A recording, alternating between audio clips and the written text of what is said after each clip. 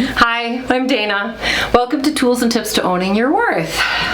Today's topic is strong versus weak.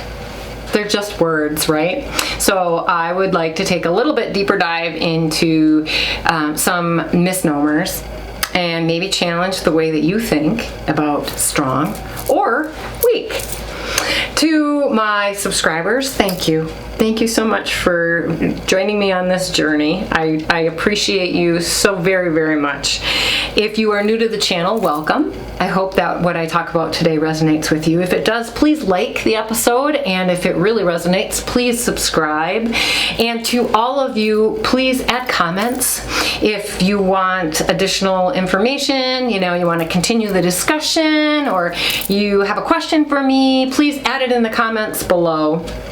And just so you know, any of the other episodes that I reference during this episode, those links will be below as well.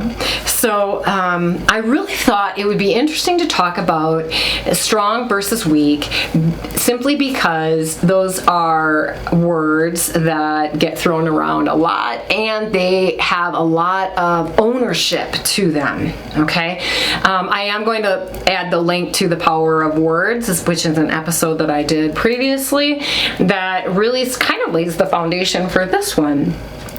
I recently had a client in my office who was talking to me, and she was generalizing what she was saying as if everybody operated that way. She was using words like, well, you know how mothers are. And it struck me because I don't operate the way I mother is not the way she mothers.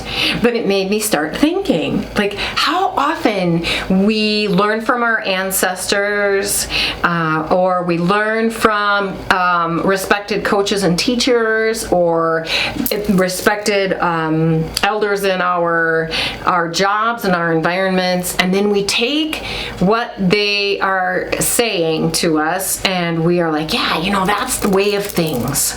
And a lot of times it has to do with being a strong person versus being a weak person. Okay? So I'm going to flip all of that upside down.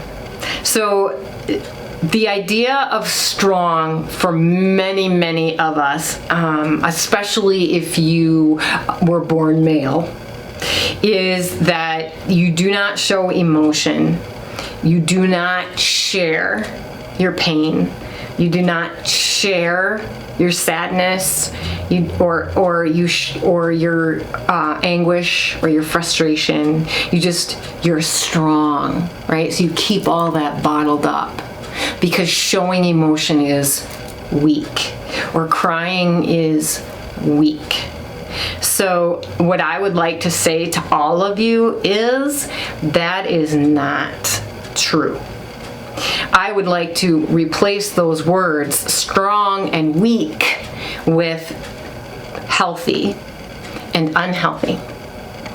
And so science tells us if we harbor emotion inside of our bodies and not ever let it out, it leads to heart disease, high blood pressure, strokes, heart attacks, and a million other things, right? That's science.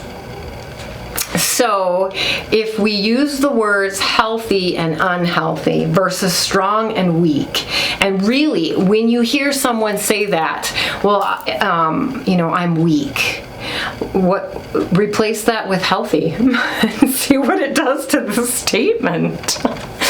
Because the things that society has deemed weak are actually people owning themselves and owning their health and asking for help and crying and using tools for mental health and mental wellness and using tools for physical health and physical wellness.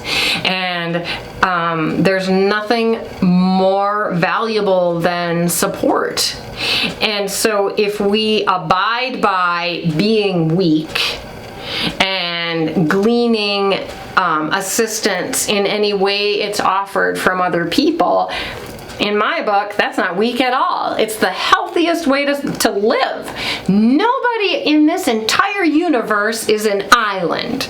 You cannot do everything for yourself. We are not experts at everything. If you're expert linguist and you're an expert mathematician, I bet you probably can't cut steel very well.